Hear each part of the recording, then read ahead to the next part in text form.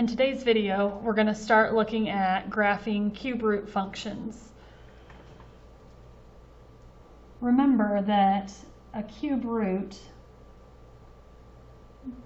can look like a general function like this.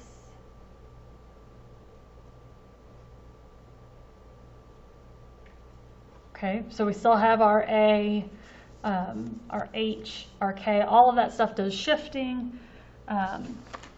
And maybe, I guess, before we even get started with me just starting off with an example like that, is let's just review really quick like what a cube function looks like. I've already gone over this again previously, but we'll do it again. All right, so if I want to make a table, let's say I plug in 0 and I cube it, I get 0. If I plug 1 and I cube it, I get 1. Let's say I plug 2 in and I cube it, I get 8. Let's say I pick -1 and I cube it, I get -1. And then let's say I pick -2 and I cube it, that's going to give me -8. So remember, our cubic functions look like that. And so as you can see, this is a one-to-one function, so I don't need to restrict the domain for cubics. So if we talk about the domain, remember domain is talking about x values. So will this graph always kind of continue and keep going to the right? Yes. Will this domain always kind of keep going to the left? Yes. So you could say that the domain is going to be less than infinity to negative infinity, so it's always going left and right. You can also use the real numbers. If we talk about the range is like what the graph is doing up and down. So is this graph going to go up forever? Yes. Is it going to go down forever? Yes. So I could say that the domain and the range are always going to be real numbers. So domain and range will always be the real numbers for cubics, or yes, for cubics. All right, so if I want to look at a cube root,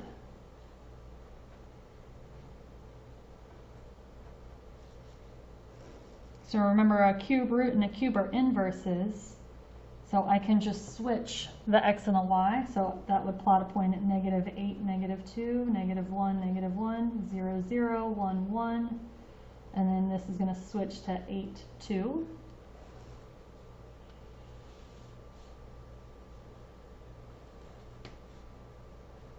Okay, so I've got 1, 2, 3, 4, 5, 6. So there's 8, 2, 1, 1, 0, 0. And -8, -2. Okay, so this is what a cubic looks like. Okay, or I'm sorry, a cube root. So a cube root looks like a cubic kind of just on its side. But if you notice, the domain, again, is this graph always going to go to the left and right? Yes, so it's the real numbers. If I look at the range, even though it's not going up a lot, like it's not going up fast, it is going to gradually kind of keep going up, and it's going to kind of gradually keep going down. So the range is also the real numbers. And just like cubics, the domain and range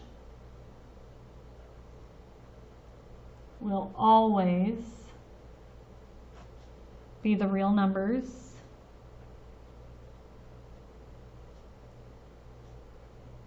for cube roots.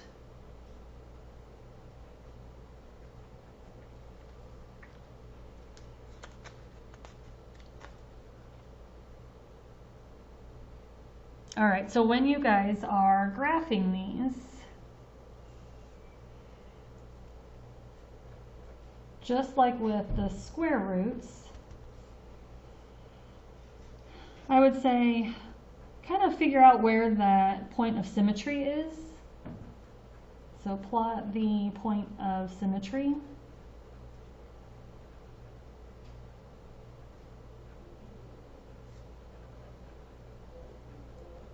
which is the h and k.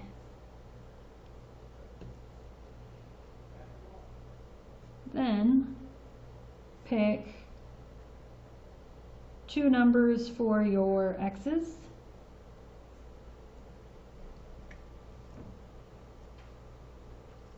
That are higher and lower than your h.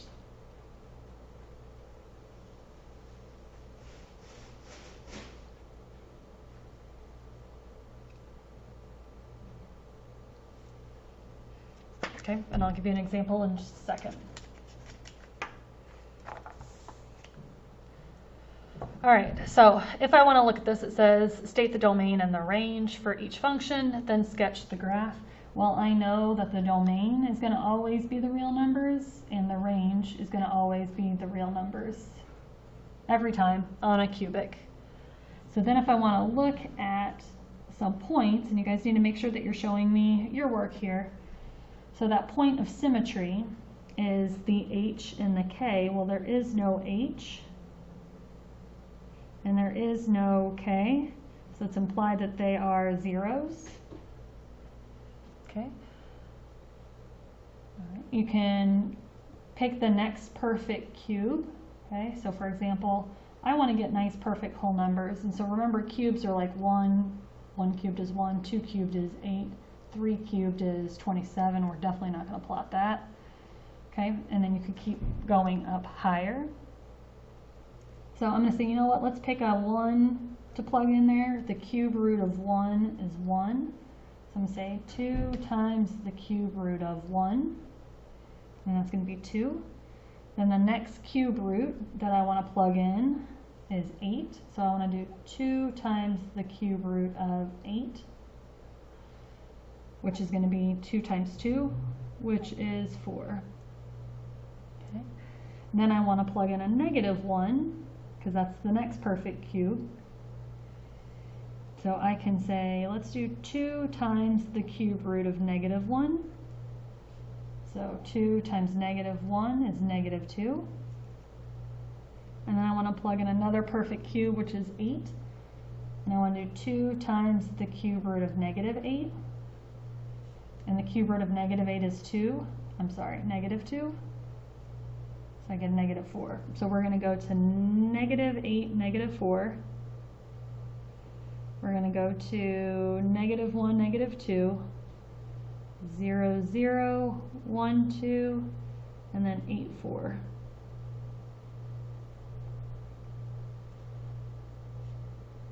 And draw our function. All right, this one you guys might want to write in the standard form. So remember, it's the root first, and then the constant number is actually your k. So again, my domain is going to be the real numbers, my range is going to be the real numbers every time on cubics.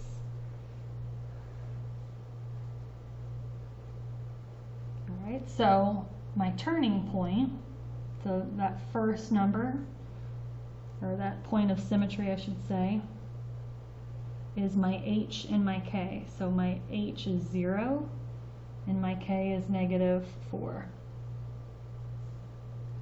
Now I want to plug in other perfect cubes. So 1 is a perfect cube. So I want to take the cube root of 1, which is 1, and subtract 4, and I'm going to get negative 3. And then I want to plug in the next perfect cube, which is 8. So that way when I cube root 8, I get 2, and 2 minus 4 is not negative 2. Oh, yes it is, I'm sorry. 2 minus 4 is negative 2. There we go.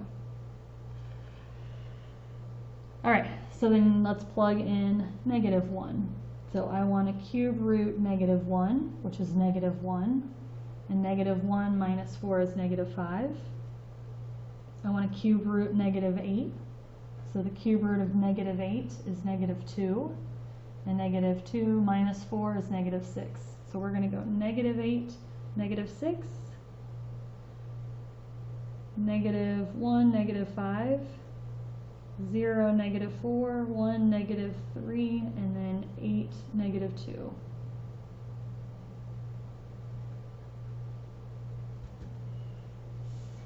All right, let's try another one again. Domain is going to be real numbers. Range is going to be real numbers, always for cubics.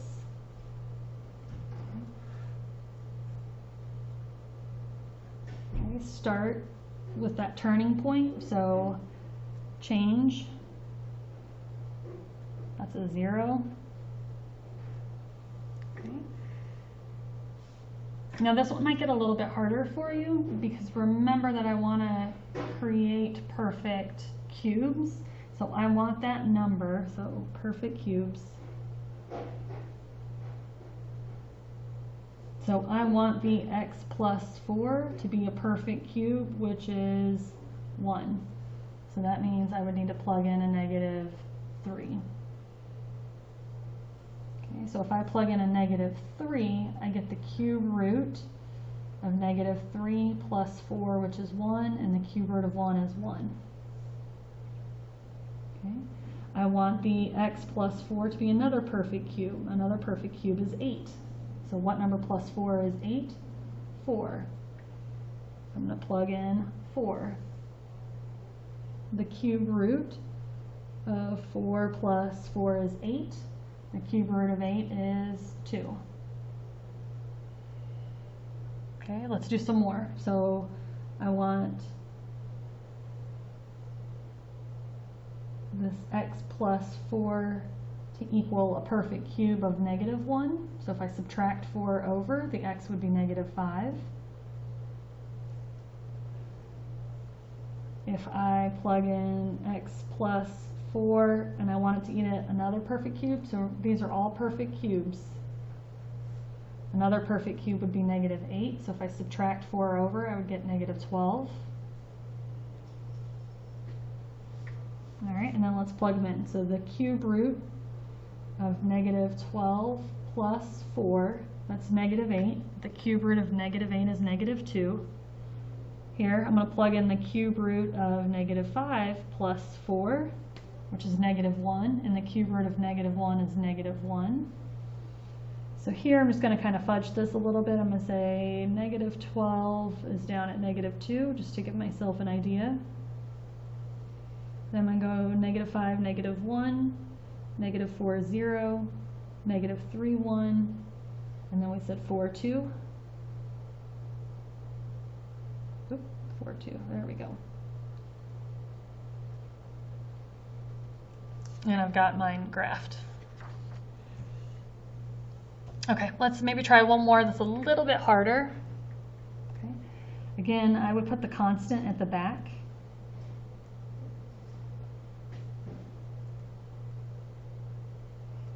All right, again, domain is real numbers, range is real numbers.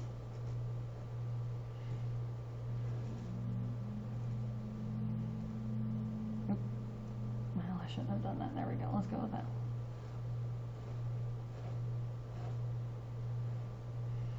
All right, so turning point,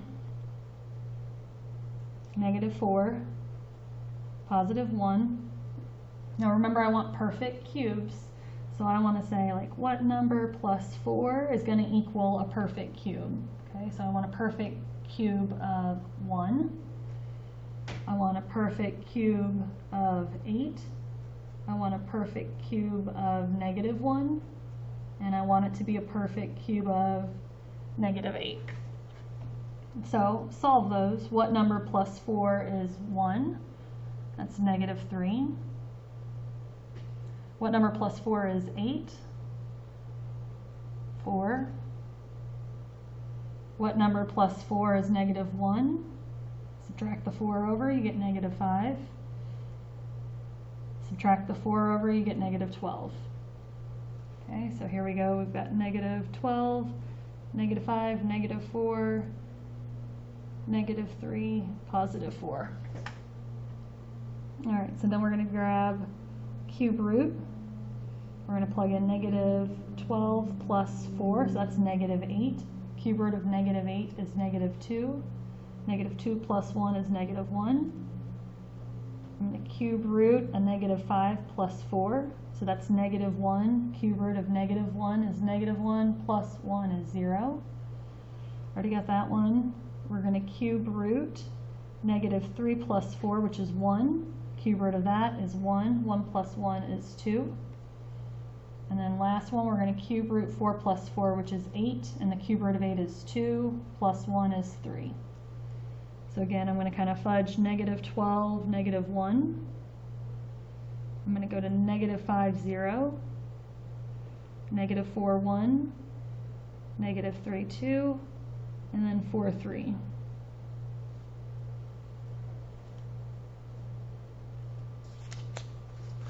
All right, so then the other types of examples that I can give you is I can say I want you to write the equation for the cubic. So first thing,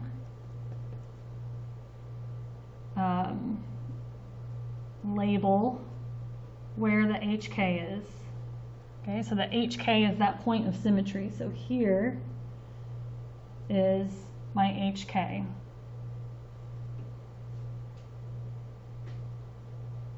Which is 0, 0 on this particular problem. Here, if I want to look at that turning point right here,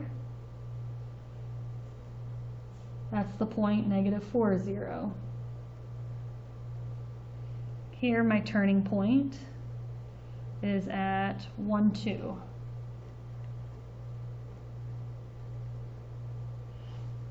All right, so then the next thing that you need to do is you just need to find another random point that's perfectly plotted. So for example, there's a perfect point, which is 1, 2, and I'm going to let that represent my x and my y. I'm going to find another perfect point here. There's 1. So that's negative 3, 1. That's going to be my x and my y. And I'm going to find one more perfect point, which is right there. So that's negative 7, 1. That's going to be my x and my y. So for the first one,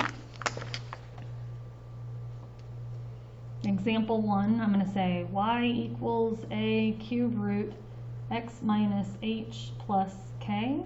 So I know that my y is 2. I don't know my a. I do know that the x is 1. I do know that the h is 0 and that the k is 0. And I'm just going to keep solving. So that gives me the cube root of 1. And the cube root of 1 is 1. So I have 2 equals a 1a. So now I know what my a is. So for example 1, I'm going to say y equals the a cube root. I could say x minus h plus k, but the h and the k were zeros. So I can just leave that be. So on this one,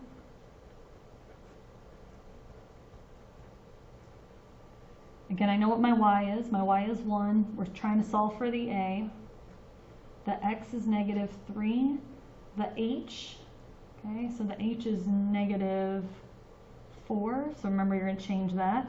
And the k is at 0. And then keep solving. That's a 0. Cube root of 1 is 1. So I have a equals 1. So final answer, y equals 1. Cube root, you don't even have to put the 1 if you don't want.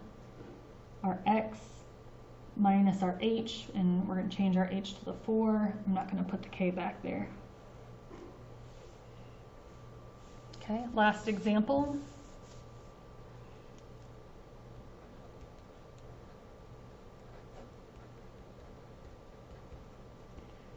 All right, so my y is 1. Don't know what the a is. I do know what the x is. It's negative 7. I'm going to change my h, and I'm going to put my k.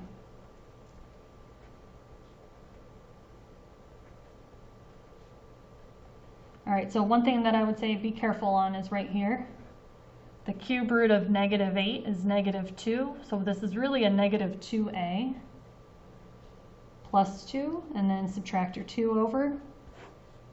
So I get negative 1 equals negative 2a, and then divide by negative 2. So I get that the a is a half. So I can say y equals 1/2 cube root x minus our h plus our k.